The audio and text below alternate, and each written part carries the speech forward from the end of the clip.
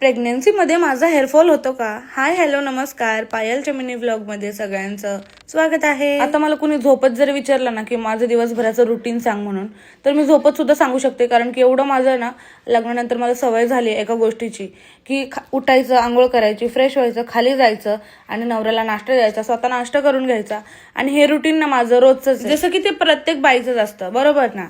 तर एका ताईंची कमेंट आली होती की दीदी प्रेग्नेन्सीमध्ये तुझं आहे ना हेअरफॉल होतो का? तर हो, हेअरफॉल होतो. आणि आहे ना आधी मी काय करत होते, अजिबात आहे ना केसांना ऑइलिंग करत नव्हते, खूप जास्त इग्नोर करायचे आणि स्वतःकडे अजिबात लक्ष देत नव्हते. त्याच्यामुळे ना जास्त हेअरफॉल व्हायचा. पण आता आहे ना मी कोकोनट ऑइल यूज करते केसांना.